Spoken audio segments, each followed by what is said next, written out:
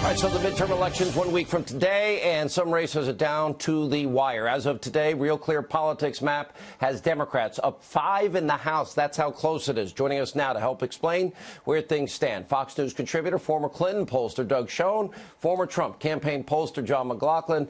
Doug, you were on with me. It's funny. It's what the polls show. So you got, what, 32, what we say, toss-ups in the country. Right. You told me just a couple of days ago, he said Democrats +5. Yeah, I'm actually tonight, if the election were held today, I think you're right. I think the Democrats would get the House because Republicans have to sweep those 32 races. My hope is that the Trump voters understand the severity of Nancy Pelosi being Speaker and that would overcome that deficit. Yeah, and I think that's a hope, Sean, not the reality. I think the Democrats will win narrowly. I would say that I don't see the blue wave materializing that the Democrats hoped would show up, but there are enough vacancies, open seats, and frankly, Democratic 45 dollars. retirements, and you got the headwind of history. Right.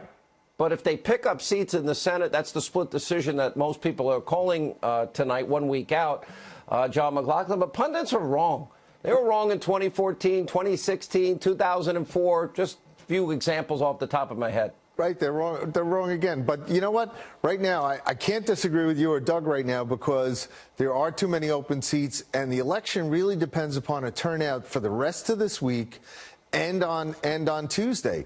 Because the early voting states, you can see the Republicans are doing better than they're doing about like what they did in 16 in Florida, but not as well as they did in 14, because the Democrats in the anti-Trump vote are coming out a little bit better. So we really have to watch that. Plus, you can't let up on Election Day. Remember, everybody was saying a year ago when you had Virginia and Alabama, they were saying, gee, the Democrats won't come out. We'll get our vote out. It'll be a usual turnout. No, instead of 2.2 million in Virginia, you had 2.6 million, and there was 11% more Democrats. This year, the Republicans have to stay fired up right through Tuesday, and that's why the president's out there doing the rallies as he's doing. Yeah, and he's the kind of Republican carrying a Party lot of needs these to catch up guys with on the back. Yeah. All right, so you would say tonight that Republicans are a little behind in the House, right, and there's got to be some urgency. We put up on my website, Hannity.com, those races that will tip the balance of power. But really, every race matters. There's always a couple of surprises somewhere.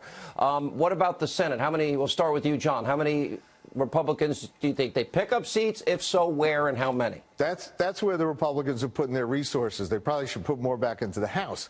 But they will pick up 3, 4, maybe 5 seats in the Senate, because in those states, being with Trump or without Trump really matters, because you have 26 out of the seats up for grabs are Democratic seats.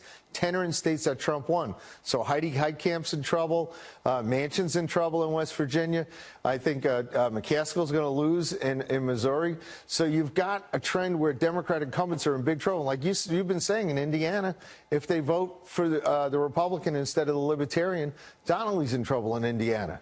So the Republicans Republicans down do now. well. All right, so what do you see in the Senate? You believe the Republicans hold the Senate as a Democrat? Yeah, I do. Doug Schoen. I'm a little less bullish on the Republican chances than you and John. I think Arizona remains in play. Indiana's within the margin of error. I don't really believe that necessarily McCaskill goes down. But I have to say, all the trends are moving, to the extent there are trends, in the direction of the Republicans. The only contrary state now is Arizona. Nevada remains within the margin of error, but moving marginally in the direction of the Republicans. Yeah, look, Florida to me is too close to call. I think we hold Tennessee. I do think Claire McCaskill loses. I think that Project Veritas tape has hurt her. Her lying about her RV trip hurt her. Her voting reliably Schumer hurt her. She's not a moderate. I think you're right about Nevada. We hold that. I think Kristen Sinema's in trouble because there's more and more gets known about her. Heitkamp is going to leave. Testers, it's going to be a tight race in Montana. I think Donnelly, if they don't vote Libertarian, John's right, we win that. And then, interestingly, even West Virginia's in play now. Even New Jersey might be in play. Or yeah, I think the Democrats will hold New Jersey, hold Tester, and it won't be 3 or 4. I think it'll be a couple of seats. But clearly the Republicans are poised to hold the Senate as the Democrats win the House.